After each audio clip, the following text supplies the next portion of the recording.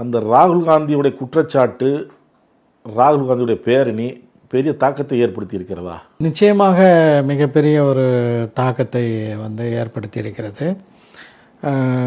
நம்முடைய தமிழ்நாட்டினுடைய முதலமைச்சர், திராவிட முன்னேற்ற கழகத்தினுடைய தலைவர் தளபதி மு.க. ஸ்டாலின் அவர்களும் கூட ராகுல் காந்தியுடன் அந்த யாத்திரையில், அந்த பயணத்தில் இருந்து அவர் திரும்பி வந்த பிறகு கொடுத்த பேட்டி வெறுமனே நீங்கள் வார்த்தைகளில் இதை சொல்கிறோம் அப்படின்னு நினைக்காதீங்க. அங்கு நான் சென்று பார்த்தபோது உண்மையிலேயே மக்கள் ஒரு பெரிய மாற்றத்தை எதிர்பார்த்து இருக்கக்கூடிய ஒரு அறிகுறிகள் மிக வலிமையாக தெரிந்தன என்று நம்முடைய தமிழ்நாட்டினுடைய முதலமைச்சர், திமுகவுடைய தலைவர் அவர்கள் குறிப்பிட்டிருக்கிறார்கள். அந்த அளவுக்கு மிகுந்த ஒரு எழுச்சியை ராகுல் அவர்களுடைய அந்த பயணம் ஏற்படுத்தியிருக்கிறது என்பதில் மாற்று கருத்தில்லை.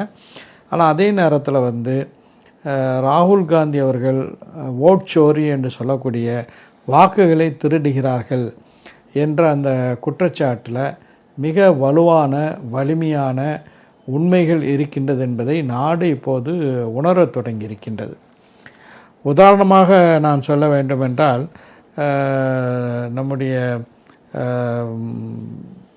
எதிர்க்கட்சி தலைவர், நாடாளுமன்ற எதிர்க்கட்சி தலைவர் ராகுல் அடுக்கடுக்காக தேர்தல் ஆணையம் எப்படியெல்லாம் தவறு இழைத்திருக்கின்றது என்று குறிப்பிட்டார். அப்போ அதில் அவர் சொன்னது என்னென்னா, இறந்து போன சிலரை பேரை நீக்கியிருக்கிறோம். அதாவது ராகுல் காந்தி அவர்களுடைய குற்றச்சாட்டுக்கு பதில் சொன்ன தேர்தல் ஆணையம் இறந்து போன சில வாக்காளர்களுடைய பெயர்களை நாங்கள் நீக்கியிருக்கிறோம், மற்றபடி ஒன்றும் இல்லை அப்படின்ட்டு சொல்லக்கூடிய ஒரு செய்தியை பார்க்குறோம்.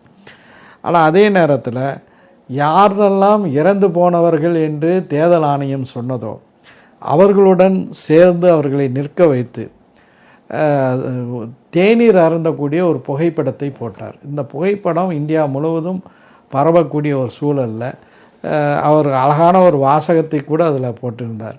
இறந்தவர்களுடன் தேநீர் அருந்தக்கூடிய ஒரு வாய்ப்பு தேர்தல் ஆணையத்தின் புண்ணியத்தால் எனக்கு மட்டுமே கிடைத்திருக்கிறது என்ற ஒரு வாசகத்தை போட்டார். ஆக தேர்தலை பீகாரை நிச்சயமாக இந்தியா கூட்டணி வெல்லப்போகின்றது என்ற ஒரு சூழலில் அதை முறியடிப்பதற்காக வேண்டி பாஜகவுடன் ஒரு கூட்டணி வைத்துக்கொண்டு தேர்தல் ஆணையம் இவற்றையெல்லாம் செய்கின்றது என்ற ஒரு செய்தி நிலவுகிறது.